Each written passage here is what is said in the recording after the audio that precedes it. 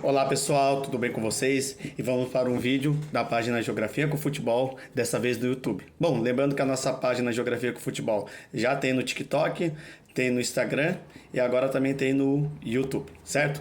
Bom, o vídeo que eu vou falar é um vídeo que eu já falei de forma mais resumida no meu canal no TikTok, também no Instagram, sobre as recentes denúncias da manipulação dos resultados do futebol brasileiro, né? Fato que ocorreu no ano de 2022, envolvendo equipes da Série A e envolvendo equipes também da Série B. Então, esses noticiários que têm acontecido do futebol brasileiro tomou conta, né? Então, a gente vai explicar um pouco, né, esses fatos e essa questão também das casas de aposta, né, que é algo que tem acontecido recentemente no Brasil. Então, a gente vai falar bastante sobre isso, tá bom, gente?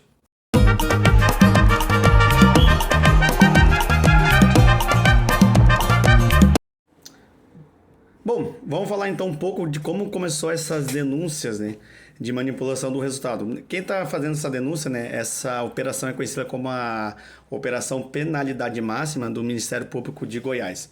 Na verdade, a denúncia ocorreu que o presidente do Vila Nova, né, Jorge Bravo, ele foi o primeiro a revelar que estava havendo manipulação de resultado.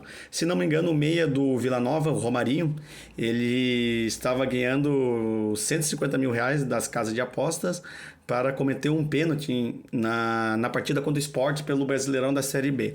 Após essa revelação, né, do presidente do Vila Nova, clube da Série B, e então aí o Ministério Público de Goiás resolveu então fazer essa operação para tentar ver algumas denúncias. Bom, daí houve vários casos, né? E aí que começou a aparecer. Então foram uma sequência assim, então assim, foi bem dinâmica, né, essa semana, né, sobre isso, né. O caso mais emblemático aconteceu depois com o Eduardo Baumer, né, que era Baumer do Santos, né, que eu cheguei a falar ali no meu vídeo no Instagram, no TikTok, que ele teria recebido R$ 50 mil para levar um cartão amarelo no Brasileirão da Série A. E aí, se não me engano, era no jogo contra o Avaí. Só que o que acontece? Ele não conseguiu levar esse cartão. E aí o que acontece? Daí na partida seguinte contra o Botafogo, se não me engano, ou não sei, deve estar confundido, mas eu sei que na partida seguinte ele foi expulso, né, para compensar, né, já que ele ia ganhar 50 mil, mas ele tinha que cometer a falta, só que ele acabou não cometendo. Aí para compensar ele acabou sendo expulso na partida seguinte. Só que o problema é que ele foi expulso no final da partida, daí não contou na súmula. Aí o que aconteceu com o jogador do Santos, né, o zagueiro Eduardo, ele começou a sofrer ameaça, né, porque ele ia ganhar, teria recebido dinheiro, mas não cumpriu o que era combinado, né. Então ele ficou meio que jurado, né, pelos apostadores, né. E aí o que aconteceu? Aí houve outras denúncias. Aí foram vários jogadores citados, né? Tanto da Série A quanto da Série B. Eu não vou aqui falar os nomes, são bastante nomes. Aqui alguns que eu lembro de cor. Teve jogador do Sport, teve jogador do Ipiranga, do Rio Grande do Sul, da Série B. Depois teve alguns jogadores de clubes da Série A, alguns famosos, né? O Maurício do Inter, o Aleph Manga do Curitiba. Recentemente também eu também cheguei a falar de 3 jogadores do Avaí, que também estava participando, na época que o Avaí ainda estava na Série A e depois caiu para a Série B.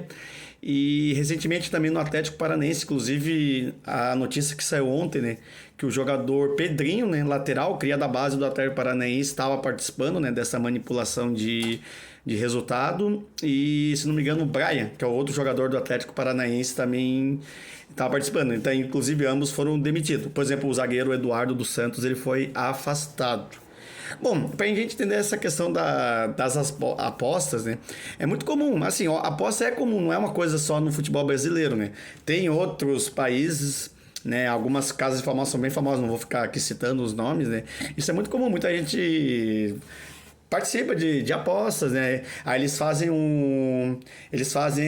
aquele time que é favorito, né? Aí eles pagam mais pro time que é o azarão. Isso é muito comum, não é só no futebol, tem no basquete, tem várias modalidades. Na Copa do Mundo estava fazendo casa de apostas, né? No basquete, né? Agora, por exemplo, tá acontecendo os playoffs da NBA, tem casa de apostas, né? Então é uma coisa corriqueira.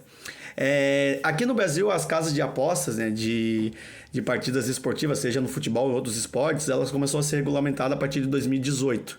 Mas ainda ela carece de uma legislação específica, né? Então é algo que ainda está, digamos que é algo ainda recente no futebol brasileiro, né? Bom, mas essa questão das manipulações de resultados é algo que acontece, né? É uma corrupção, né? Como a gente aqui trabalha a questão da geografia, futebol, é um caso de corrupção, né? Essa questão da manipulação de resultado. Já teve episódios recentes no futebol brasileiro, né? Antes dessa operação, né, que é conhecido como a penalidade máxima, né, que está gerando muita polêmica, né? Eu até cheguei a falar também num outro vídeo que, de acordo com a Band de Minas, os árbitros também teria participado, né, dessa suposta manipulação, enfim. Em 2005, que foi um ano bem polêmico aqui, né? Não vou aqui entrar no mérito esportivo, né? Eu, como falei, a minha intenção aqui não é levar a questão clubística, mas a questão de informação. Teve o caso mais emblemático do futebol brasileiro, que foi a máfia do apito, onde então o árbitro, né, Edilson Pereira Carvalho, teria revelado que ele era um dos caras que participava dessa manipulação de resultados, né? Então, os juízes, alguns árbitros, e aí foi ele que revelou. Daí o que aconteceu? As partidas daquele ano, do campeonato de 2005, foram onde o juiz, né, o Edilson Pereira de Carvalho apitou, né, teve que ser remarcada. Daí deu aquela polêmica, né, entre o Corinthians e o Inter, né, por causa das partidas que foram remarcadas, enfim. Então foi algo bem forte, né. Na época foi considerado a chamada máfia do apito, né, que ficou conhecida como essa operação. Ficou, digamos, a operação mais emblemática, né, de manipulação do futebol brasileiro. Mas isso aconteceu em outros países, né? Eu citei também no meu vídeo, mas lógico, acabei não citando de forma detalhada, sobre a operação que também aconteceu na Itália. Já tinha acontecido na Itália nos anos 80, essa manipulação de resultado, né? O futebol italiano também é A Itália é um país que o futebol é uma paixão, né? E é um país também que passou por muitos problemas, né? Apesar de ser um país desenvolvido, a da Itália teve bastante problema com a questão da criminalidade, inclusive a questão da máfia, né? Que foi algo que durante os anos 80 e 90 na Itália foi muito forte, e a máfia participava dessa manipulação de resultado, ameaçando juízes, jogadores, enfim. Inclusive um carrasco da seleção brasileira, o Paulo Rossi, participou dessa manipulação de resultado lá nos anos 80, né? E aí o que aconteceu? Em 2000, na temporada de 2004 e 2005... aconteceu também essa suposta manipulação de resultado. Na verdade, ficou meio mal contada essa história, né? Essa operação lá na Itália, né, que ficou bem famosa, ficou conhecido como Calciopoli. E aí o que aconteceu? Na verdade, não era bem uma manipulação, houve uma interferência, uma pressão para que alguns juízes marcassem, né, algumas faltas, algumas penalidades para favorecer algumas equipes. E aí houve uma denúncia, né? Teve a temporada 2004 e 2005, a temporada 2005 e 2006 lá no futebol italiano. Durante essas duas temporadas, quem ganhou o campeonato foi a Juventus. Era um time muito bom, sempre foi a potência, né? Com o Nedved, Del Piero, né? Eram os jogadores que jogavam naquela época, né? E aí o que aconteceu? Só que parece que a Juventus era um dos clubes envolvidos nessa manipulação de resultado. Na verdade, não manipulação, na verdade, essa interferência lá dos árbitros, enfim.